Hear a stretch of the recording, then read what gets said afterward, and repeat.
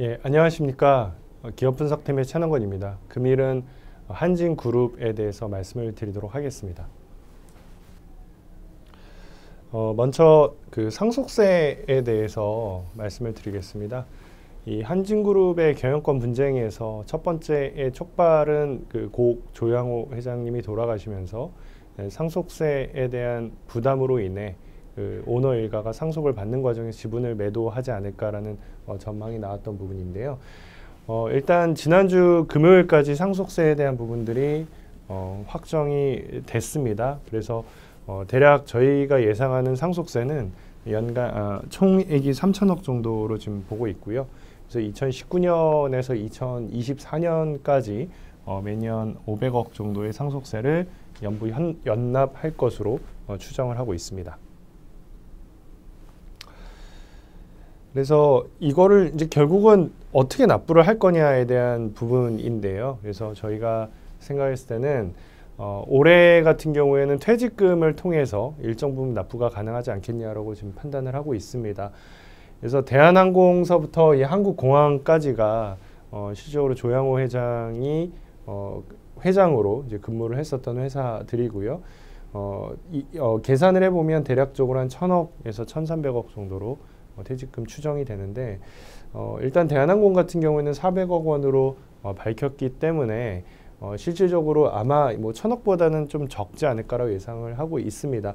그래서 어쨌든 뭐 한 800억에서 1,000억 사이로 퇴직금이 지급이 된다면 상속세는 뭐 대략 관련해서 뭐 500억 정도 나가겠지만 어쨌든 오너일가 입장에서는 그 중에 한 절반인 한 400억에서 500억 정도는 현금으로 가져갈 수가 있기 때문에 이 부분을 첫해 상속세를 내는 재원으로 활용을 할 것으로 예상을 하고 있습니다. 두 번째는 결국은 담보대출도 이제 하나의 예시가 될 수 있을 것 같고요.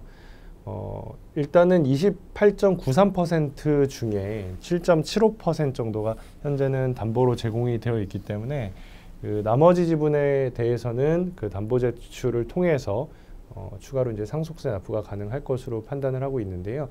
이제 앞서 말씀드린 것처럼 올해 상속세를 다 내는 게 아니라 이거를 5년에 걸쳐서 납부를 하는 구조이기 때문에 매년 대략 한 500억 정도씩 차입을 일으키면 될 것으로 보고 있고, 그래서 2년 차에 금융 비용으로만 보면 한 20억, 3년 차에 40억, 3년 차에 60억 정도로 늘어나는 이제 구조인데 이거를 결국 오너 일가가 감당 하느냐에 대한 부분만 저희는 체크를 해주면 될 것 같고요. 그래서 요거를 일단은 내기 위해서는 첫 번째로는 배당을 생각을 해볼 수 있을 것 같고요. 그래서 2018년 기준으로 오너일가가 배당을 받을 수 있는 금액 같은 경우에는 대략 한 48억 정도 되기 때문에 이 부분을 통해서 실질적으로 금융 비용을 거의 100% 이상 커버를 가능할 것으로 보고 있고, 또 두 번째는 결국 이제 임금이죠. 그래서 연봉 같은 경우에 이 조양호 회장은 연간 100억 이상의 연봉을 받았었는데 이 조원태 회장은 현재까지 공시가 된 바로는 대략 한 10.8억 원 정도를 이제 받았는데 그 외에도 주요 계열사의 회장으로 취임을 할 것으로 예상이 되기 때문에 뭐 연간 맥스로 보면은 100억까지도 연봉을 가져갈 수 있을 것으로 판단합니다. 그래서 앞서 말씀드린 것처럼 이 상속세 때문에 실질적으로 오너일가가 지분을 팔 가능성은 거의 제로에 가깝지 않나라고 판단을 하고 있습니다. 뭐 또 다른 하나의 방법이 있습니다. 또 정석기업이라는 한진칼 자회사에 대한 부분인데요.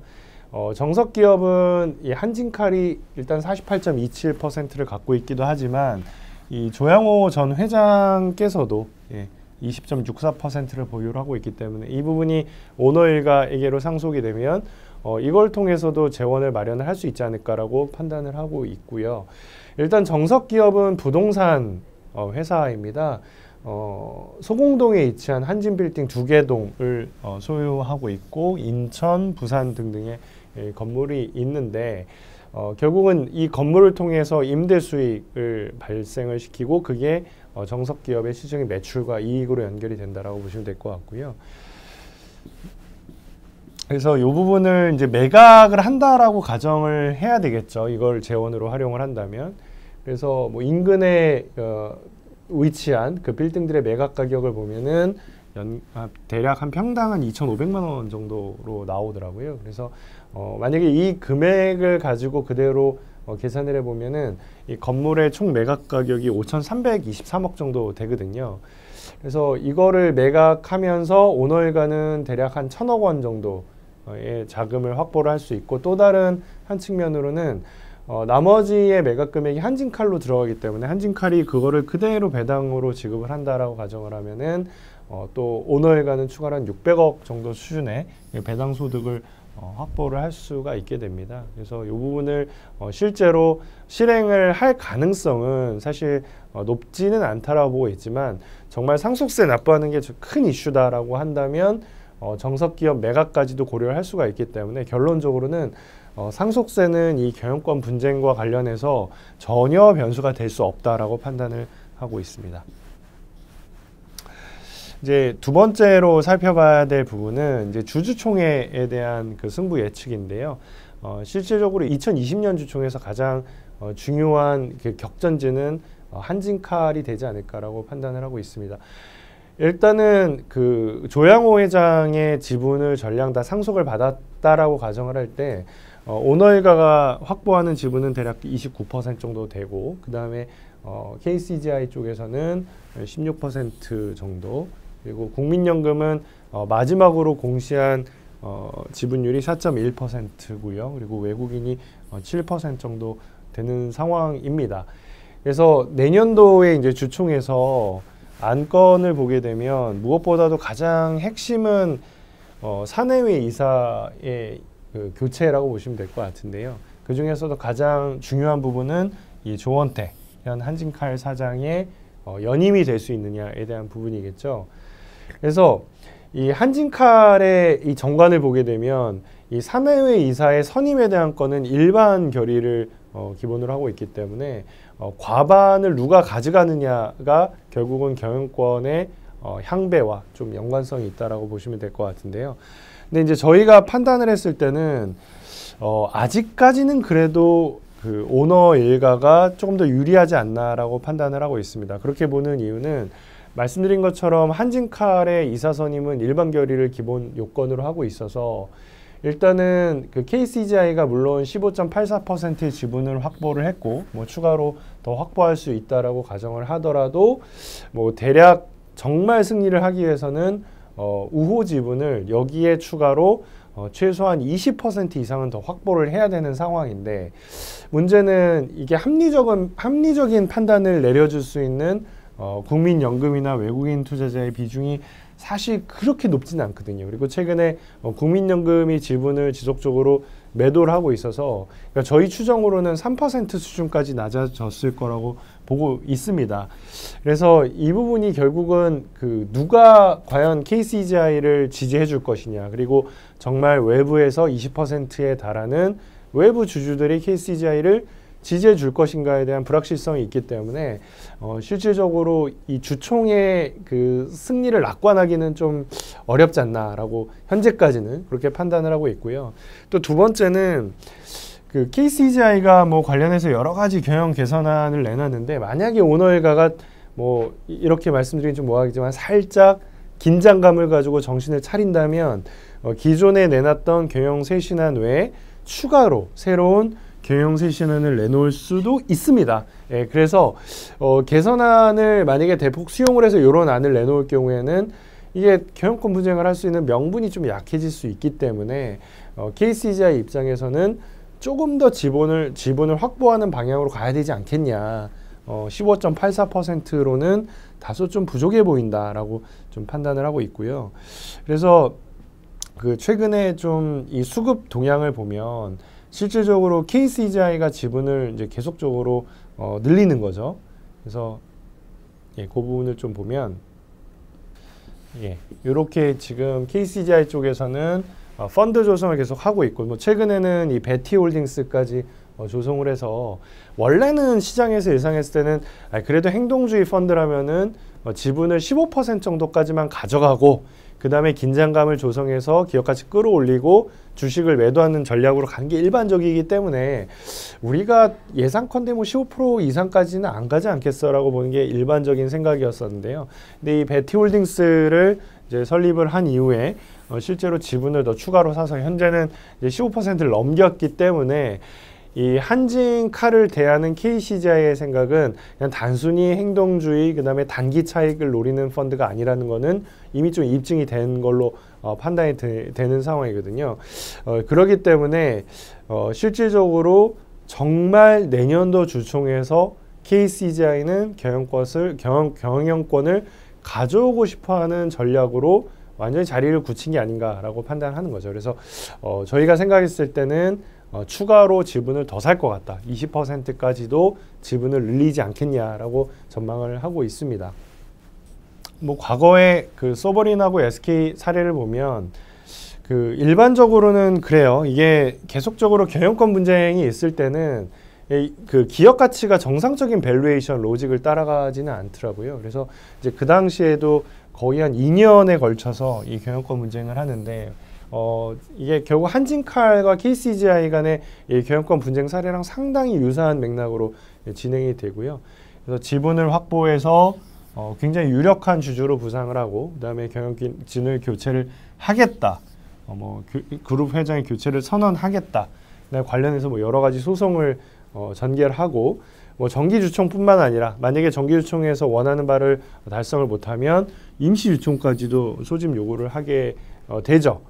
근데 이런 과정에서 말씀드린 것처럼 뭐 업황이 좋아지는 경우도 있지만 이 경영권 분쟁이라는 이 수급적인 이슈에 시장이 주목을 하고 또 나름대로 경영권 분쟁이 좀 정상적인 방향으로 가게 되면 이 회사도 그렇고 그다음에 외부에서 보는 시각 뭐 여러 가지 등등으로 인해서 회사의 기업 가치가 실질적으로 좋아지는 방향으로 갈 수도 있거든요. 그래서 이 주가가 올라가는 모습이 나타난다라는 게 아주 일반적인 상식입니다. 예, 그렇기 때문에 뭐 이번의 경우에도 좀 비슷한 맥락으로 진행이 되지 않겠냐라고 지금까지는 컨센서스가 이루어진 상황입니다.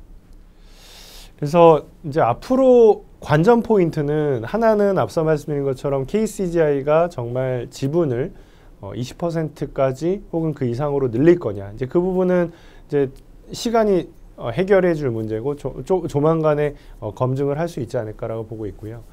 두 번째는 회사의 대응에 대한 부분입니다. 말씀드린 것처럼 지금까지 내놨던 대응은 굉장히 소극적이고 시장이 100% 동의할 수 없는 그런 정도의 안으로 보고 있기 때문에 앞으로 어떤 식으로 더 추가적인 대안을 내놓을 것인지에 대한 관심도 집중이 되는 상황이고요.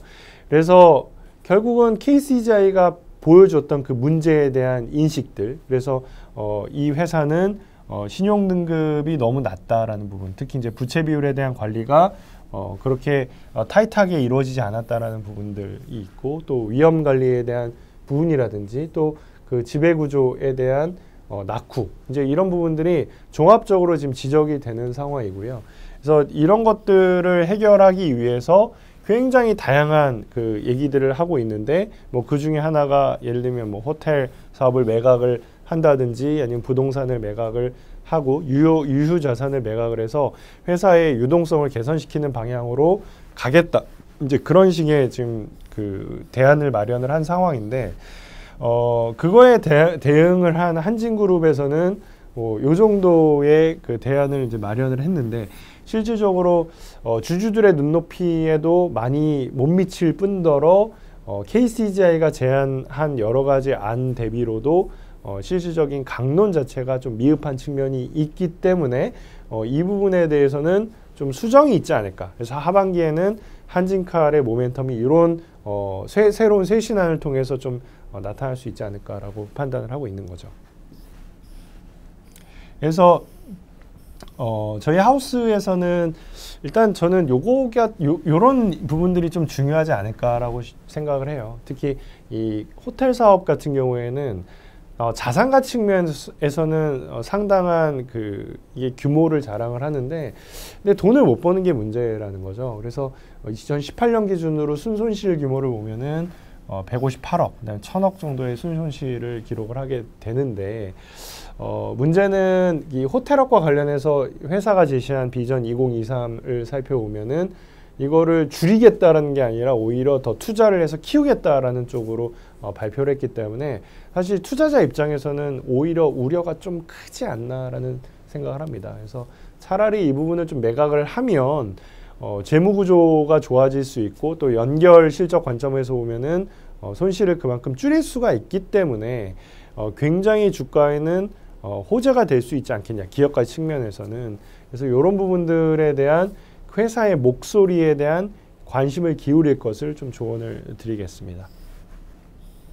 그다음에 또 부동산 자산 매각에 대한 그 제안을 굉장히 다각도로 했는데요. 근데 이 부분 마찬가지로 일단 회사가 얘기한 부분은 송현동 부지에 대해서는 매각을 검토하겠다라고 얘기를 했는데 사실 그거 외에도 뭐 일정 부분 매각을 할 수 있는 부동산에 대해서는 조금 더 적극적으로 검토를 하는 게 맞지 않을까라고 생각을 합니다. 예, 조금 더 이제 뛰어넘어서 주가를 좀 살펴보겠습니다. 예, 적정 가치에 대한 부분인데요.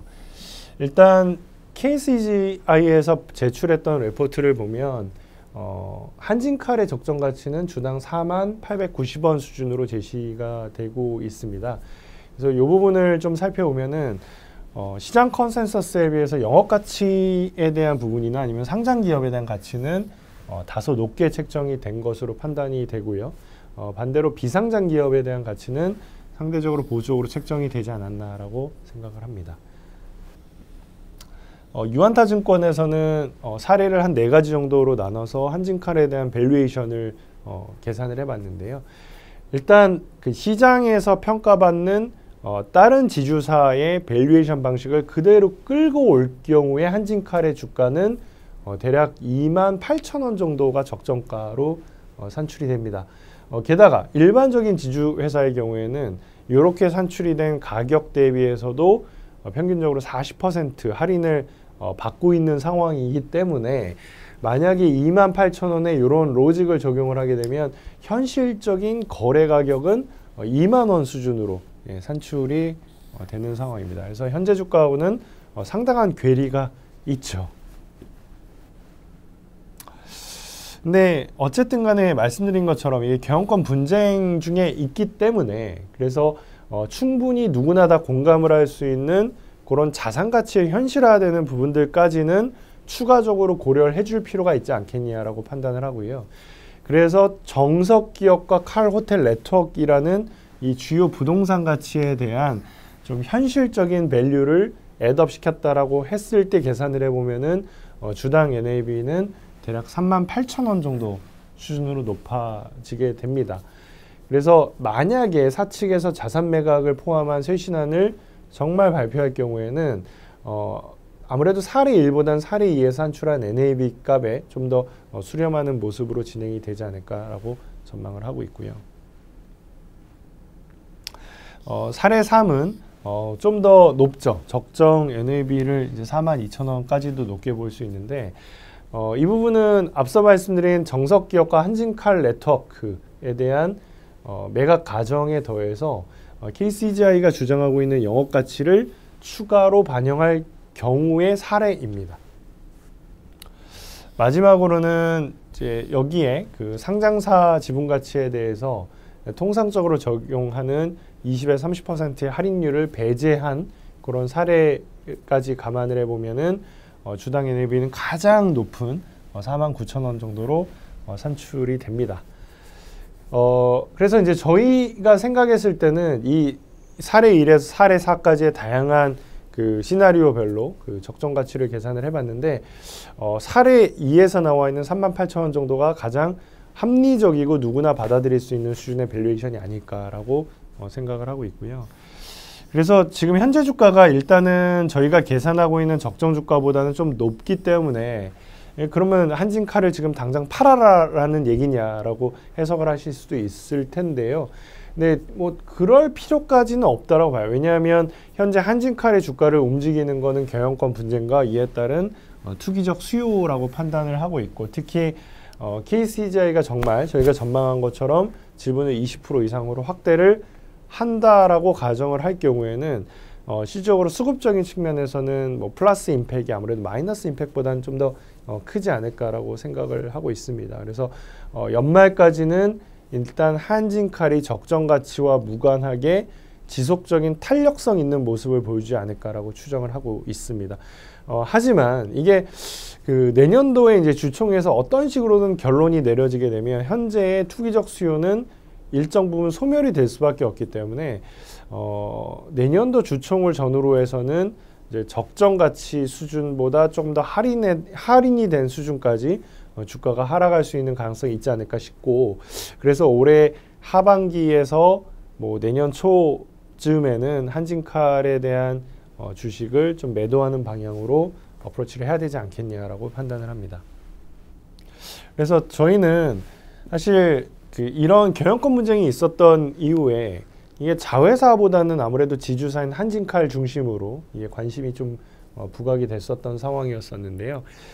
그래서 지금은 현재 여기 보시는 것처럼 이 정도의 그 할증이 붙어 있는 상황인데, 이런 그 밸류에이션 프리미엄이 중장기적으로 봤을 때는 자회사단으로 전이가 되지 않겠냐라고 전망을 하고 있고요. 결국은 KCGI가 됐건 회사가 됐건 앞으로 내놨거나 혹은 내놓을 그 쇄신안들에 포함되는 핵심 내용은 자회사의 밸류를 좀 더 끌어올리는 방향으로 이게 전반적인 내용이 구성이 되어 있는 상황이기 때문에 그게 실제로 실행이 되는 과정에서는 아무래도 이 투기적 수요가 붙어 있는 한진칼보다는 실제로 수혜를 받게 되는 이 대한항공이나 한국공항과 같은 자회사들이 상대적으로 주목을 받지 않겠냐라고 판단을 합니다. 그래서 이제 앞서 말씀드린 것처럼 뭐 이 지배구조 측면이나 아니면 자산 매각에 대한 측면이나 아니면 사업 재편에 대한 측면들, 뭐 기타의 이슈들을 종합적으로 고려를 해보면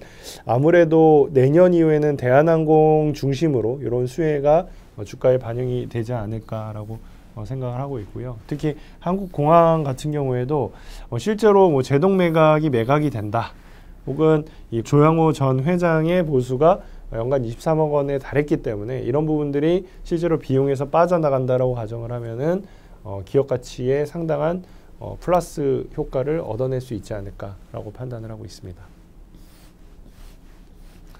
그래서 단기적으로 봤을 때는 한진칼은 밸류에이션과 무관하게 강세를 보일 수 있다라고 저희는 전망을 하고 있고, 그래서 이제 그 이유로서 하나는 다양한 형태의 소송이 진행이 앞으로도 계속적으로 될 것이고요. 두 번째는 상속 합의는 이루어질 거라고 이제 판단을 하고 있고, 세 번째는 이 경영진 자체도 새로운 쇄신안을 발표하지 않을까라고 전망을 하고 있고요. 마지막으로는 KCGI가 추가로 지분을 매입하는 형태로 가면서 결국은 주가도 우상향하는 그림으로 갈 것으로 예상을 하고 있습니다. 그래서 뭐 여기까지가 이제 제가 그 준비를 한 부분이고요. 그래서 이게 사실 공식적인 투자 의견은 홀드이기 때문에 왜 그 유한타증권에서는 홀드로 그 투자 의견 제시하면서 또 주가는 단기적으로 강세를 보일 수 있을 것으로 전망을 하냐에 대한 부분을 지금 말씀드린 것처럼 이제 수급이라든지 이슈를 중심으로 좀 풀어봤고요. 그래서 이런 부분들이 결국 소멸되는 시점은 올해 말 내년 초라고 판단을 하고 있기 때문에 일단 당분간은 주식을 보유하고 있는 전략으로 접근을 하시되 적어도 최소한 올해 말 이후에는 한진칼보다는 자회사 쪽에 좀 더 초점을 맞춰서 투자하는 전략으로 대응을 하는 게 맞지 않겠냐, 이게 판단을 하면서 그 오늘의 자료 설명을 마치도록 하겠습니다. 지금까지 들어주셔서 감사합니다.